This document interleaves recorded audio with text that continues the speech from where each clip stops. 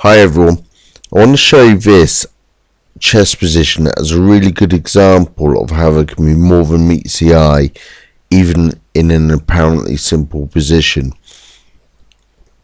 So here black's massively up on material, the equivalent of a queen, and as long as he can defend his position he's surely going to win. Now white plays rook e1 check here,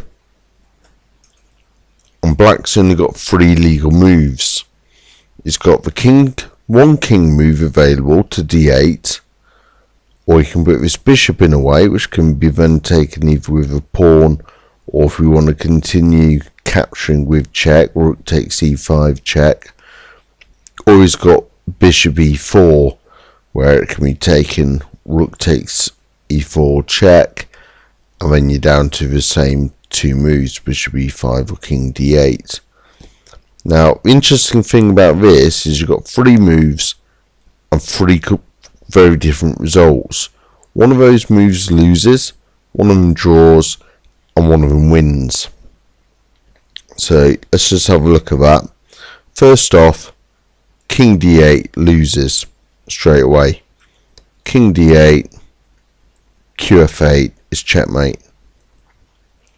So that's obviously no good. So now we've got 2 moves.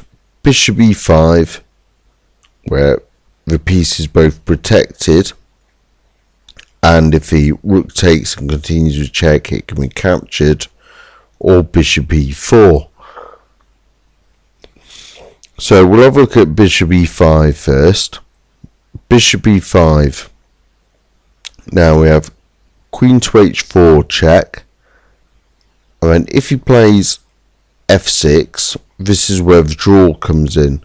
Queen goes to h7 check, king goes to the back rank, the queen follows check, back again, and you've got perpetual, so it's going to be a draw.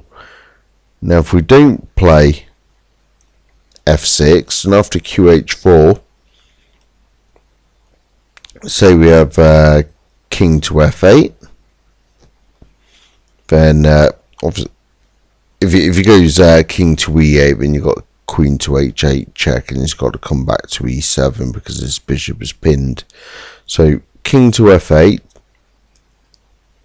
Now we capture there with the pawn, and then if we play a move for black such as bishop d5, and the queen comes in on h6, and if the king goes to the g file, rook g1 check, the king's got no squares to move to, the only move will be bishop g2, and then the rook takes, and that's checkmate. So we can't go to the g file, so it's got to go, so after h6 it's got to go king e8 or king e7.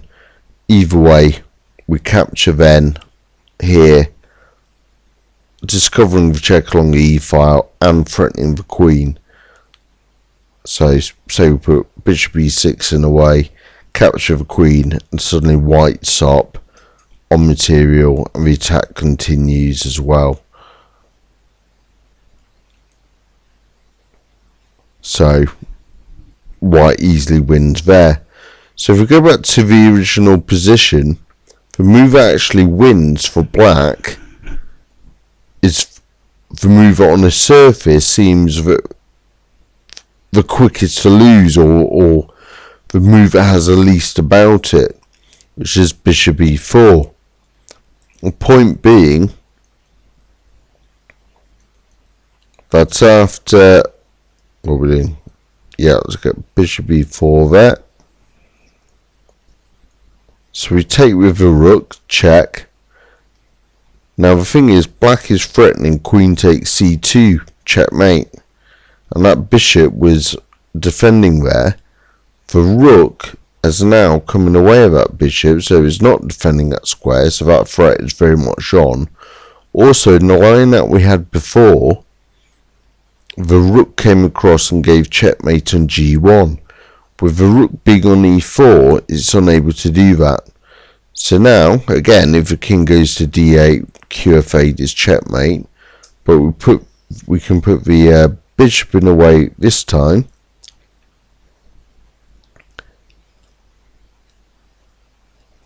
And white has nothing. If we were to play, say, queen to h4, the king can go to f8, and queen can't go to h8 to check, because the bishop can take this time, it's not pinned. If we play queen to h6 and the bishop goes to g7, and white's got nothing. The queen's going to have to move.